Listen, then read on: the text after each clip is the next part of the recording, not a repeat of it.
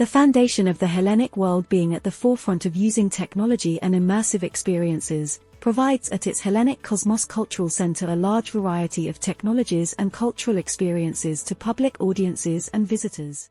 In such a versatile environment, the Foundation faces the challenge of maintenance, the cost of hosting adequate resources and the expansion of its services and technologies with newer ones. During the Nemo trials will be investigated how the usage of AIoT devices and the Nemo MetaOS framework can be used to enhance two VR experiences. The first trial will enhance the VR head-mounted display experience regarding the visit at an ancient Athenian workshop.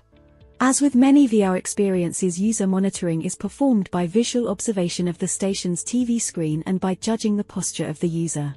Therefore, the major goal of the first trial is to estimate the condition of the user and, if needed, notify the museum educator and alter the VR experience in order to assist him. The user will wear an HMD device. Anonymized user biometrics will be gathered from a smartwatch and communicated to a close-by Raspberry IoT Edge device. The data will be sent to an emotion recognition machine learning node located at the edge. If an emotion event is recognized, the message travels through a message broker and then in parallel to a data lake cloud node for training purposes and to an event server. The event server sends the event to all registered devices, which in our case will be the head-mounted display, in order to have the VR experience adapt, and to any external device such as a smart TV or phone to alert the museum educator. The data lake node will gather continuously all information and trigger an intent-based migration to a cloud-based high-performance computer in order to perform additional training on the recognition model if enough samples are acquired. The second trial will enhance a large-scale VR show in our real-time dome.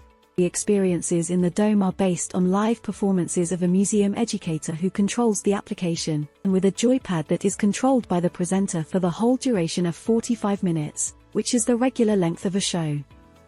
During that time, the visitors and staff outside the experience do not know at which state the show is, when it will finish, or if there is a problem.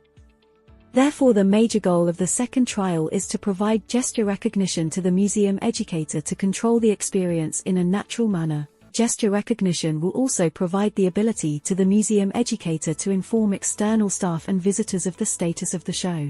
The museum educator will perform as usual but will also be able to issue gestures to a camera that is mounted on a Jetson-based IoT Edge device. The video feed will be analyzed on a gesture recognition machine learning node located at the edge. If a gesture is recognized, the message will travel through a message broker and then send in parallel to a data lake cloud node for training purposes and to an event server.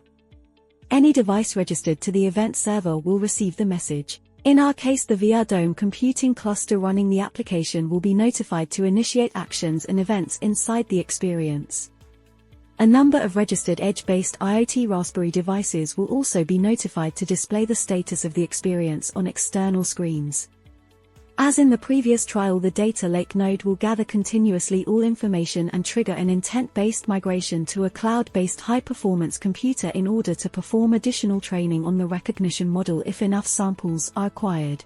The trial experiences will be validated on a controlled group of volunteers that will participate in the scenarios from different role types such as system administrators, application owners, presenters, and visitors. Feedback will be collected using questionnaires that are going to be filled out after each use case scenario.